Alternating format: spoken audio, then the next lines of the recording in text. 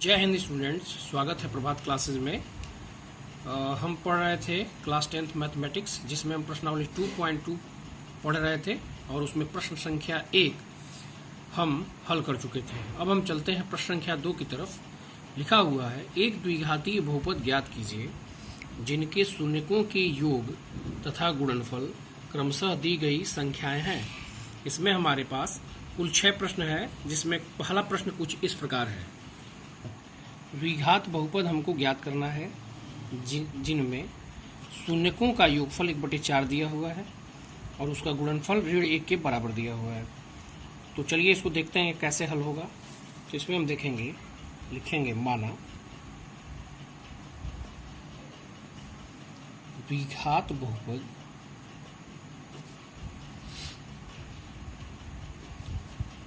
ax² plus bx plus c है तथा जिनके मूल या जिनके शून्यक अल्फा और बीटा है।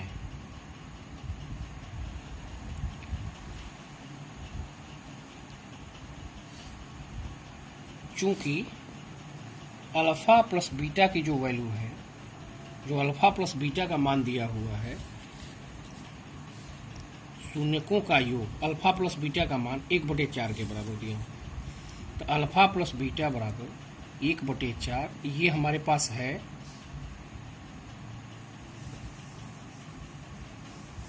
हम जानते हैं कि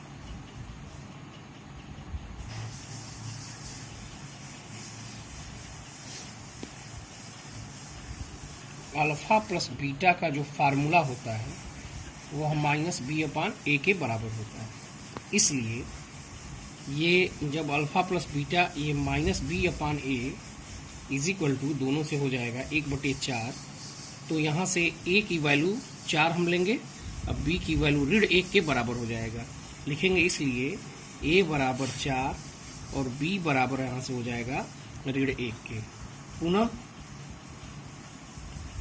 अल्फा इंटू बीटा शून्यकों का जो गुणनफल दिया हुआ है वह ऋण 1 के बराबर दिया हुआ है। तो अल्फा इंटू बीटा बराबर दिया हुआ है ऋण 1 के, यह भी हमारे पास है। अब हम जानते हैं कि c/a इसका फार्मूला होता है। अल्फा इंटू बीटा का फार्मूला होता है c/a। ये बराबर ऋण 1 के हो जाएगा। इसको समीकरण नंबर 2 लिख देंगे। अब लिखेंगे समीकरण नंबर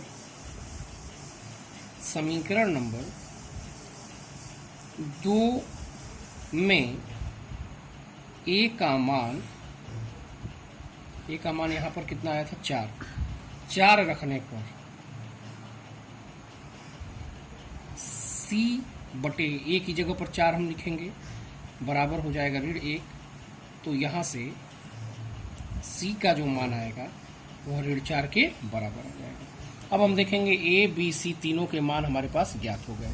लिखेंगे अतः द्विघात बहुपद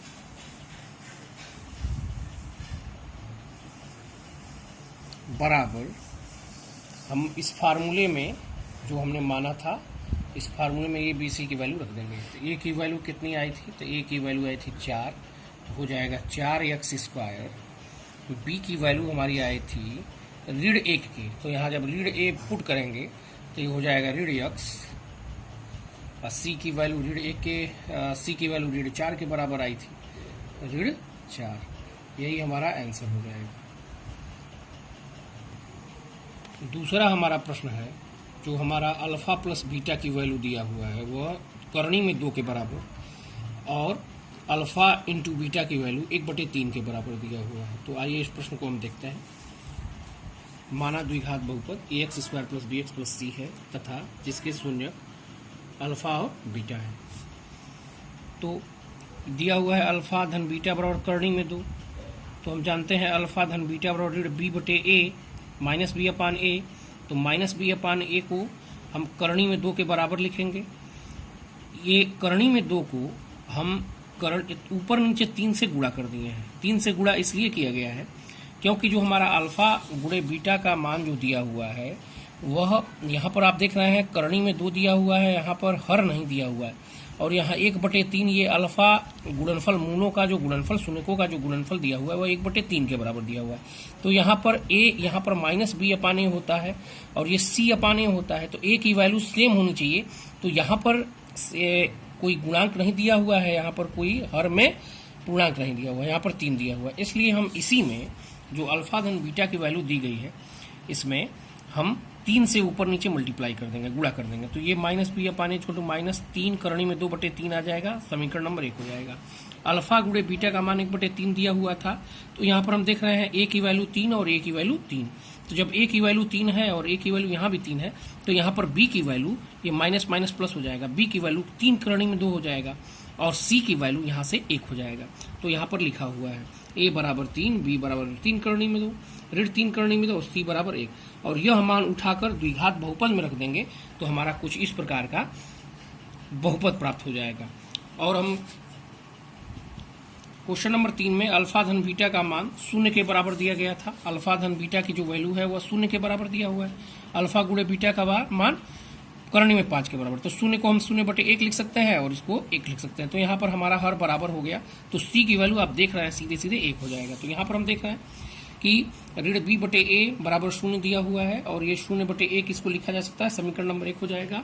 अल्फा गुणे बीटा का मान करणी में 5 दिया हुआ है, तो करणी में 5 को हम करणी में 5/1 लिख सकते हैं। तो यहाँ पर a हमारा 1 के बराबर हो जाएगा और b बराबर हो जाएगा 0 और c बराबर हमारा हो जाएगा करणी में 5। यहाँ पर जब हम बहुपद प्राप्त करेंगे तो वह x² धन करणी में 5 के प्रकार का आएगा। प्रश्न नंबर 4 हमारा है 1 यानी कि हम देख रहे हैं अल्फा धन बीटा का मान 1 के बराबर दिया है और अल्फा धन बीटा का मान 1 के बराबर दिया हुआ है और अल्फा गुणे बीटा का भी मान 1 के बराबर दिया हुआ है। तो इसको 1/1 लिख सकते हैं, इसको 1/1 लिख सकते हैं, सारा मान 1 हो जाएगा। अल्फा बराबर 1, बीटा बराबर 1, सी और a बराबर 1, b बराबर 1 और c बराबर 1। तो यहाँ पर हम देखेंगे कि यहाँ पर अल्फा धन बीटा बराबर 1 दिया हुआ है और ये -b/a फार्मूला होता है, तो b की वैल्यू -1 के बराबर हो जाएगी और c की वैल्यू 1 के बराबर हो जाएगी। तो अल्फा गुणे बीटा का मान 1 दिया गया था, तो यहाँ पर जब तीनों समीकरणों को हम हल करेंगे, ये दोनों समीकरणों को, तो a बराबर 1, b बराबर ऋण 1 और c बराबर 1 प्राप्त होगा और यह तीनों मान उठाकर बहुपद में रखेंगे तो हमारा बहुपद आ जाएगा x² - x + 1। यहाँ पर हम देख रहे हैं क्वेश्चन नंबर 5 में दोनों में c की जो वैल्यू हो जाएगी वह 4 के बराबर हो जाएगी और अल्फा प्लस बीटा का जो मान दिया हुआ है वह ऋण 1/4 के बराबर दिया हुआ है। ये फार्मूला होता है -b/a बराबर ऋण 1/4। तो यहाँ से हम देख रहे हैं a की वैल्यू यहाँ पर 4 मिलेगी क्योंकि अल्फा गुणे बीटा का भी मान 1/4, a बराबर 4 यहाँ से हो जाएगा, c बराबर 1 हो जाएगा और b बराबर हो जाएगा ये माइनस माइनस प्लस हो जाएगा, तो b की वैल्यू 1 हो जाएगी। तो यहाँ पर a बराबर 4, b बराबर 1, c बराबर 1 और इसको रखेंगे बहुपद में तो हमको बहुपद प्राप्त हो जाएगा 4x² धन x धन 1। प्रश्न नंबर 6 में यहाँ पर 4 और 1 दिया हुआ है, 4 को हम 4/1 लिख देंगे, इसको 1/1 लिख देंगे, हर हमारा बराबर है तो जो a की वैल्यू हो जाएगी वह 1 के बराबर हो जाएगी। अब हमारा आ गया प्रश्न दिया हुआ है अल्फा धन बीटा 4 के बराबर, तो इसका फार्मूला होता है ऋण b/a बराबर 4, इसको लिख देंगे 4/1, समीकरण नंबर 1 हो जाएगा। अल्फा गुणे बीटा 1 के बराबर दिया हुआ है तो इसको 1/1 लिख सकते हैं। तो यहाँ से हम देखेंगे दोनों जगह a की वैल्यू 1 हो जाएगी, a का मान 1 हो जाएगा जब, तो b का मान ये उधर जाएगा तो ऋण 4 के बराबर होगा, b बराबर ऋण 4 और c की जो वैल्यू हो जाएगी c बराबर यहाँ से हो जाएगा 1। तो जब दोनों समीकरणों को हल करेंगे तो a बराबर 1, b बराबर ऋण 4, c बराबर 1 हो जाएगा। अब द्विघात बहुपद हमारा हो जाएगा, इसमें जब रखेंगे a, b, c का मान तो a बराबर हमारा जो आया था x² - 4x + 1 के रूप का हो जाएगा और यही हमारा आंसर हो जाएगा। तो आज के वीडियो में इतना ही। अब हमारा प्रश्नावली 2.2 समाप्त हुआ। अब हम अगले वीडियो में आपको प्रश्नावली 2.3 लेकर के आएंगे। तो अगर वीडियो पसंद हो तो लाइक और सब्सक्राइब करना न भूलें। धन्यवाद।